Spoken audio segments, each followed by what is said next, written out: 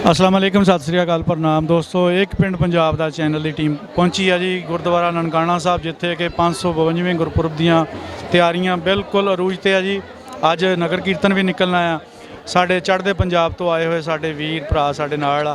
असीं इन्हां कोलों पुछना कि ये पहले भी पाकिस्तान का गेड़ा ला चुके आ या पहली बारी आए आ, और पाकिस्तान के जिहड़े इंतजामात आ, जिहड़े साढ़े अपने बाकी मामलात आ इन्हां दे नाल, वो सारे आपां इन्हां नाल डिस्कस करने जी। अस्सलाम वालेकुम जी। वालेकुम वालेकुम सलाम जी। सत श्री अकाल। वाहिगुरू जी का खालसा, वाहिगुरू जी की फतेह जी। बहुत बड़ी खुशी हुई तुहानू सारिਆਂ ਨੂੰ ਮਿਲ ਕੇ, ਆਪਣੇ ਭਰਾਵਾਂ ਨੂੰ ਮਿਲ ਕੇ, क्योंकि बाबा नानक साझा पीर है साडा सारिਆਂ ਦਾ। जिथे वो साडा गुरु है, तुहाडा पीर है, सिंधी भरा।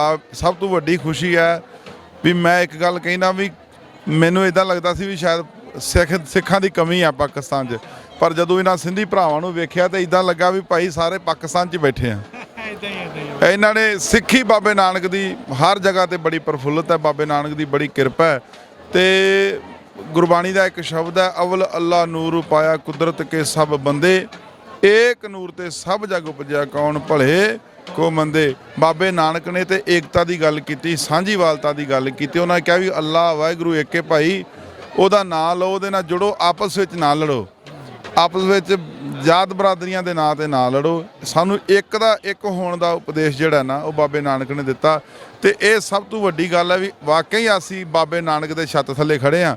ਤੇ ਇੱਥੇ ਮੁਸਲਮਾਨ ਭਰਾ ਵੀ ਸੇਵਾ ਕਰਦੇ ਆ, ਇੱਥੇ ਸਿੰਧੀ ਵੀ ਆ, ਹਿੰਦੂ ਵੀ ਆ, ਸਰਦਾਰ ਵੀ, ਹਰ ਧਰਮ ਦਾ ਹਰ मजहब का बंदा जोड़ा इतने नक चार दरवाज़ों का मतलब ही हाँ जी बिल्कुल। हिंदू मुस्लिम सिख ईसाई जोड़ा मर्जी, ऐ नहीं भी इतने तुम दरबार साहब चले जाओ अमृतसर, उत्थे भी सोने का गुरु घर बनया है, स्वर्ण मंदिर जिन्हों भी तुम कहते हो, गोल्डन टैंपल भी कहते हो। साढ़े लिए असीं उन्होंने हरमंदर साहब कहने, सचखंड कहने, वो भी तार दरवाजे लगे। भाई जोड़ा मर्जी आए जी आए नूं। गुरु नानक के घर ना मत्था टेकन लग्या तो ना लंगर छकन लग्या, कोई वितकरा नहीं किया जाता भी ये बंदा हिंदू नहीं है, भी ये सिख नहीं है, या ये मुसलमान है। नहीं, ये सारे सांझीवाल। तो बाबा नानक साडा सांझा पीर है। तो सरहदां की कोई गल नहीं, पासपोर्ट बने ने भाई, एडी किहड़ी गल है। सब कुछ चलो ठीक है, समय के अनुसार होया जो होया, चलो पाकिस्तान बन गया, कोई गल नहीं, दिल नहीं दूर होने। देखो जी, पिछल झाक रखने वाला बंदा कदे भी अपना पैंडा नहीं मुकम्मल कर सकता। आपां नूं सारा कुछ पिछलियां कड़तणां नूं भुल के अगे नवें जोश दे नाल मैं ये गल कहना भी तुसीं आपां यूरोप जाने आ, इटली, बेल्जियम, जर्मनी, फ्रांस, किन्ने देश ने जिन्हां ते सरहदां ते कोई फोर्स नहीं। ठीक है ठीक है। जिन्हां दे सरहदां ते कोई पुलिस नहीं, कोई आर्मी नहीं, वो भी तो देश ने।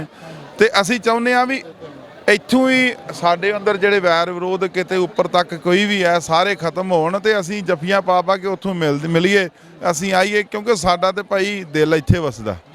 ये साडे 20 रुपए वाला लंगर देख लो कित्थे तक। मैं ये साडे बजुर्गों की जन्म भूमि है भाई। ये मैं अपनी अखां नाल नहीं, मैं अपने पड़दादे दी अखां दे नाल दर्शन कीते ने। ਉਹੀ दरबार ਦੇ ਵਿੱਚ ਮੈਨੂੰ इदां लगदा सी भी मेरा पड़दादा किते जवानी 'ਚ ਇੱਥੇ ਆਉਂਦਾ ਹੋਏਗਾ मत्था टेकण, ਜਾਂ ਚੜ੍ਹਦੀ जवानी ਦੇ ਵਿੱਚ ਉਹਨਾਂ ਨੇ ਵੀ ਮੇਲਾ ਵੇਖਿਆ ਹੋਣਾ। ਤੇ ਇਹ ਸਾਡਾ बड़ी पुरानी ਸਾਂਝ है साडी। ਤੇ ਇਹ ਇਸ ਕਰਕੇ मैं यही गल कहना चाहना वां भी सानू सरकारां नाल ਜਾਂ सरहदां नाल कोई मतलब नहीं भाई साहब, सानू तो दिलां नाल मतलब है। असीं ते मुहब्बत दे भुखे हाँ, चाहे तुसीं हो चाहे असीं हाँ। मुहब्बत सब तो वड्डी चीज़ है, तो मुहब्बत नाल असीं आए हैं तो मुहब्बत नाल ही जाना है। अपना नाम दसो ना। मेरा नाम पलविंदर सिंह है। असीं पंजाब दे विच हरियाणा स्टेट है एक, वो भी पंजाब चों कड्डी है, उत्थे विच मेरा अंबाला जिला है। ठीक है जी। वैसे असीं करनाल रहिंदे अज कल उत्थे ड्यूटी करदा मैं गुरुद्वारा साहब भी। गुरु घर होने के नाते मैं भी, मेरा भी मन सी भी आपां लोकां नूं कहने भी जाओ जाओ, ते असीं आप कदी गेड़ा लाया ही है। तो एक सब तो वड्डा वहम जिहड़ा साडे लोकां दे विच आ भी शायद कईयां ने भी पाकिस्तान का वीज़ा लग जे, तो भी किसी होर देश का वीज़ा नहीं लगता। भाई ऐसी कोई गल नहीं। जिहड़े मैं उत्थे भी कह गया भी जिहड़े पाकिस्तान के लोग अमरीका, कनेडा, इंग्लैंड जाते हैं, इत्थों के पासपोर्ट ते जाते हैं, वो किवें जाते हैं? ये बिल्कुल वहम दिल चों कड्डो। ये साडे अंदर वहम पाया गया भी ये किते जान ना, इन्हां दी आपस च सांझ ना बने। इस करके साडे अंदर एक डर पाया, ये डर नूं कड्डो। सारे इत्थे आओ। इत्थे उत्थे बैठिਆਂ ਨੂੰ कई कुछ कहा जाता जी, उत्थे ते करप्शन है जी, उत्थे ते मारा मार हुंदी है जी, उत्थे लुੱਟ खो। इत्थे भाई असीं कुछ नहीं वेखिया इहो जिहा।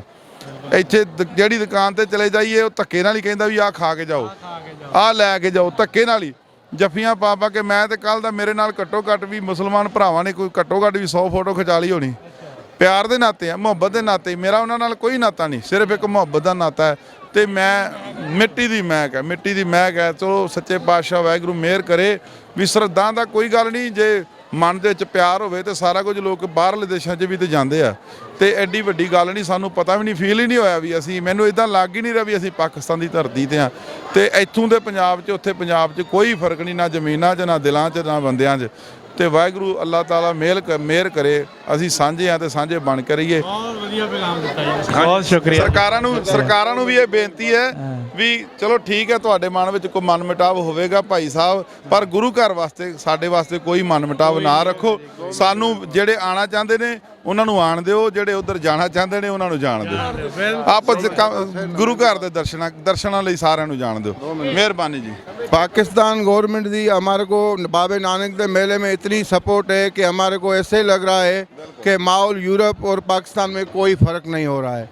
बहुत सपोर्ट है पंजाब गवर्नमेंट की, बहुत सपोर्ट है वफा गवर्नमेंट की।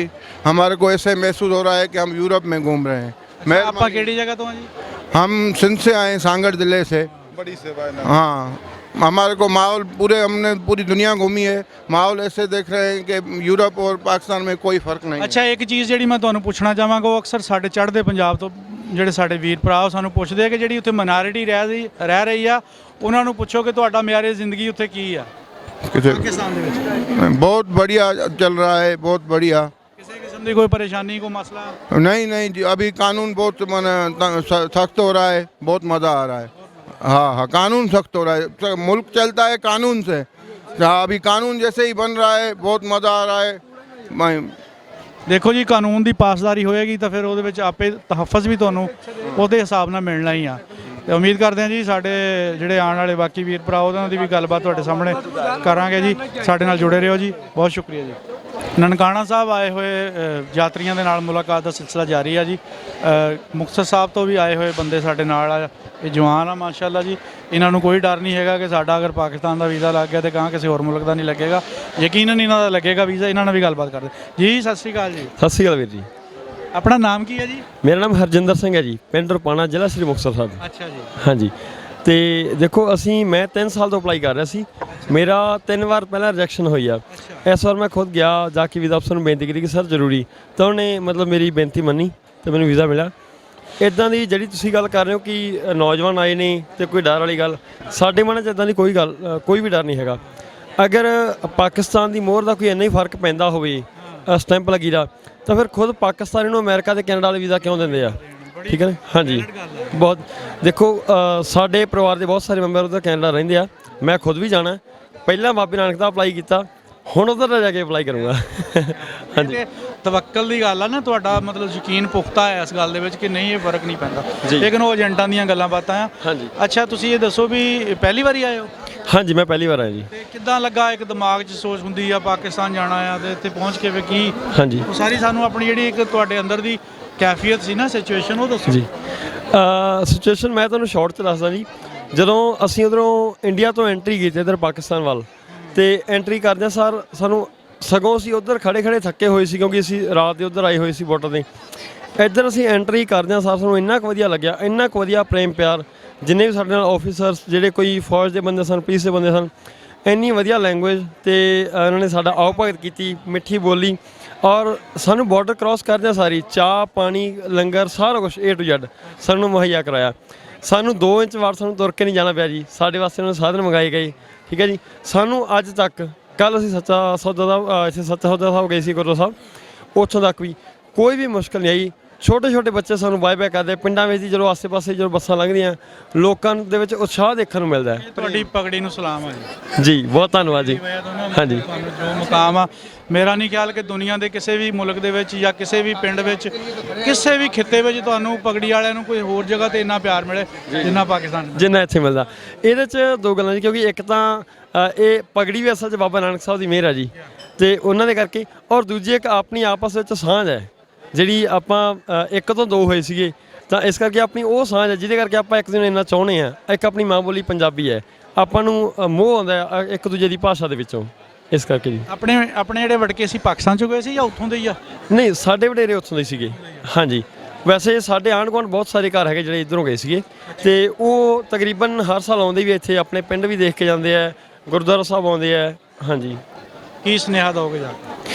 ਸੁਨੇਹਾ ਤਾਂ ਮੈਂ ਇਹੋ ਦੇਣਾ ਚਾਹਣਾ ਕਿ ਮੈਂ ਅੱਜ ਤੱਕ ਜਿੰਨੇ ਵੀ ਗੁਰਧਾਮਾਂ ਦੇ ਦਰਸ਼ਨ ਕੀਤੇ ਆ ਨਾ, ਚਲੋ ਗੁਰਧਾਮ ਸਾਰੇ ਇੱਕੋ ਜਿਹੇ ਨੇ, ਸਾਰੇ ਸਤਿਕਾਰਯੋਗ ਨੇ, ਪਰ ਇੱਥੇ ਆ ਕੇ ਜਿਹੜਾ ਇੱਕ ਪਿਆਰ ਮਿਲਿਆ ਨਾ, ਇਹ ਮੈਂ ਅੱਜ ਤੱਕ 30 ਸਾਲ ਦੀ ਏਜ ਹੋ ਗਈ, ਅੱਜ ਤੱਕ ਮੈਨੂੰ ਕਿਤੋਂ ਨਹੀਂ ਮਿਲਿਆ। ਤੇ ਇੱਕ ਵਾਰ ਸਾਰੇ ਇੱਥੇ ਆਉਣ, ਇੱਕ ਵਾਰ ਸਾਰੇ ਆ ਕੇ ਦੇਖਣ। ਵੱਡਾ ਸੁਨੇਹਾ ਆ ਵੀ ਜਿਹੜਾ ਵੀ ਸਾਡਾ ਸਿੱਖ ਭਾਈ ਆ ਜਾਂ ਹਿੰਦੂ ਭਾਈ ਆ, ਉਹਨਾਂ ਨੂੰ ਇੱਕ ਦਫਾ ਇੱਥੇ ਵਿਜ਼ਿਟ ਜ਼ਰੂਰ ਕਰਨਾ ਚਾਹੀਦਾ ਆ, ਆਪਣੇ ਦਿਲ ਦੇ ਵਹਿਮ ਖਿਆਲ ਜਿਹੜੇ ਉਹ ਕੱਢਣੇ ਚਾਹੀਦੇ। ਹਾਂਜੀ ਜ਼ਰੂਰ ਜੀ। ਹਾਂਜੀ ਦੇਖੋ ਜੀ, ਸੱਚਾਈ ਜਿਹੜੀ ਹੁੰਦੀ ਆ ਉਹ ਤਜਰਬੇ ਦੀ ਮੁਹਤਾਜ ਹੁੰਦੀ ਆ। ਜਦ ਤੱਕ ਆਪਾਂ ਕਿਸੇ ਗੱਲ ਦਾ ਤਜਰਬਾ ਨਹੀਂ ਕਰ ਲੈਂਦੇ, ਆਪਾਂ ਆਪਣੀ ਉੱਤੇ ਰਾਏ ਨਹੀਂ ਕਾਇਮ ਕਰ ਸਕਦੇ। ਸੁਣੀ ਸੁਣਾਈ ਗੱਲ ਹੋਰ ਹੁੰਦੀ ਆ, ਹਕੀਕਤ ਕੁਛ ਹੋਰ ਹੁੰਦੀ ਆ। ਇਹ ਪਹਿਲਾਂ ਮਨਾਂ 'ਚ ਬਹੁਤ ਵਹਿਮ ਸੀਗੇ ਜੀ ਕਿ ਸ਼ਾਇਦ ਪਤਾ ਨਹੀਂ ਕਿੱਦਾਂ ਦਾ ਬਿਹੇਵ ਸਾਡੇ ਨਾਲ ਹੋਵੇ, ਕੀ ਹੋਵੇ, ਪਰ ਨਹੀਂ, ਮਤਲਬ ਜਿੰਨਾ ਸਾਨੂੰ ਸਾਡੀ ਖੁਦ ਦੀ ਧਰਤੀ ਦੇ ਅਸੀਂ ਭਰਾ ਇੱਕ ਦੂਜੇ ਨੂੰ ਦਿੰਦੇ ਹਾਂ, ਉਸ ਤੋਂ ਸਾਨੂੰ ਕਿਤੇ ਜ਼ਿਆਦਾ ਵੱਧ ਕੇ ਇੱਥੇ ਆ ਕੇ ਮੋਹ ਪ੍ਰੇਮ ਮਿਲਿਆ, ਤਾਂ ਅਸੀਂ ਕਿਵੇਂ ਭੁੱਲ ਜਾਵਾਂਗੇ। ਬਿਲਕੁਲ ਸਹੀ ਗੱਲ। ਮੈਨੂੰ ਤਾਂ ਇਦਾਂ ਮਹਿਸੂਸ ਹੁੰਦਾ ਜਿਸ ਦਿਨ 10 ਦਿਨ ਪੂਰੇ ਹੋ ਗਏ ਤੇ ਅਸੀਂ ਇੱਥੋਂ ਜਾਵਾਂਗੇ ਕਿਵੇਂ, ਵਾਪਸ ਕਿਵੇਂ ਜਾਵਾਂਗੇ। ਮੁਹੱਬਤਾਂ ਜੁੜ ਜਾਂਦੀਆਂ ਇਨਸਾਨ ਦੀਆਂ, ਫਿਰ ਇਮੋਸ਼ਨ ਜਿਹੜਾ ਉਹ ਫਿਰ ਹਾਂਜੀ ਹੋ ਜਾਂਦਾ ਜਦੋਂ ਹੁੰਦਾ। ਹਾਂਜੀ ਹਾਂਜੀ ਹਾਂਜੀ।